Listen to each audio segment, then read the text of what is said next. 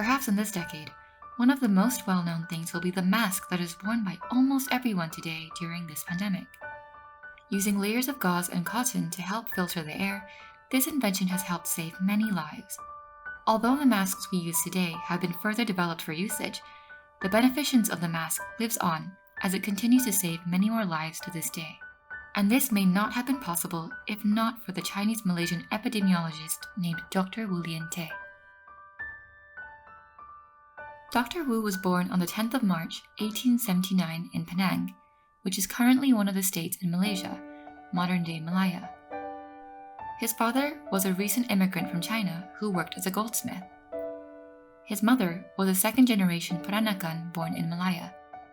She took care of Dr. Wu Lian-te and his 10 siblings.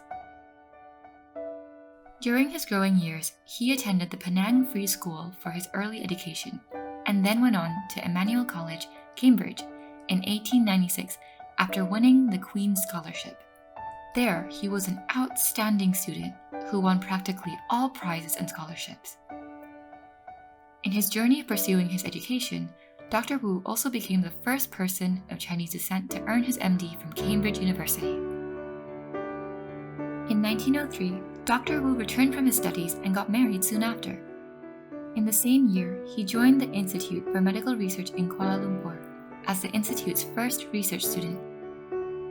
Dr. Wu carried on to spend his early medical career researching tropical diseases before entering private practice in Penang, nearing the end of 1904. 4 years later, in 1908, Dr. Wu and his family moved to China when he was offered a post as Vice Director of China's Imperial Army Medical College, situated in Tianjin.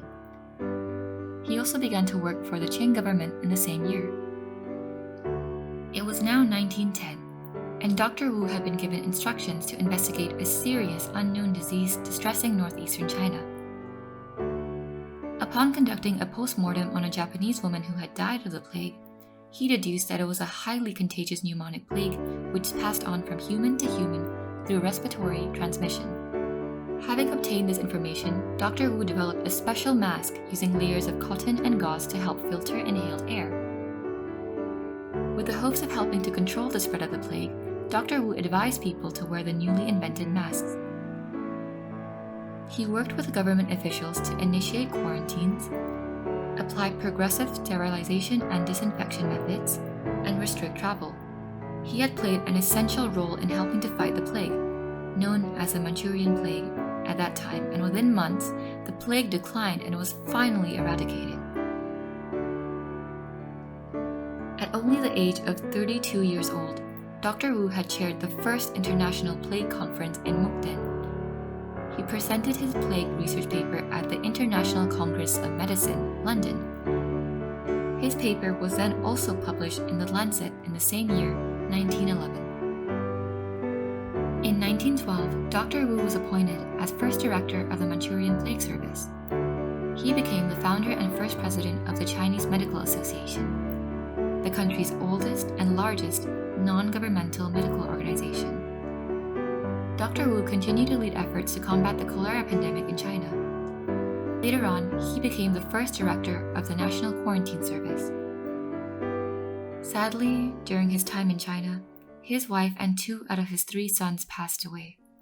Eventually, Dr. Wu remarried and had 4 more children. In 1935, Dr. Wu became the first Malaysian and person of Chinese descent to be nominated for the Nobel Prize in Physiology or Medicine for his contribution in helping contain the pneumonic plague. And going on, he would move back to Malaya, resume work as a general practitioner, be part of advisory committees for the League of Nations, and do many more amazing things, such as building the Tun Razak Public Library. Dr. Wu Lian-te truly had been an admirable and dedicated person who worked hard to combat all the challenges that he would face. His epidemic work and mask invention a century ago were central to managing the COVID-19 pandemic, and adding on, his design of the special mask would become highly credited for being the precursor of the N95 mask. His contributions to the development of medicine and public health were of extensive importance, and it is only with his efforts are we able to live in a world which is much more advanced in the 2 fields mentioned.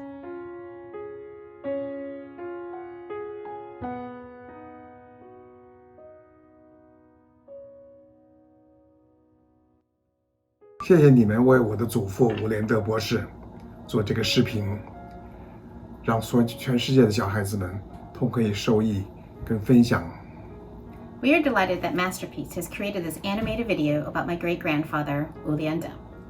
It is amazing that a century ago, he helped fight off a plague in northern China and save countless lives there and around the world.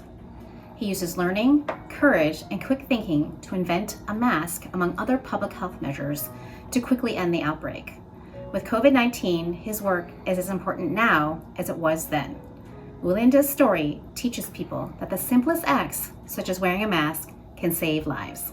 Everyone can be a hero just like Wu Liande. Wu Liande will always be an inspiration to us, and you can inspire too.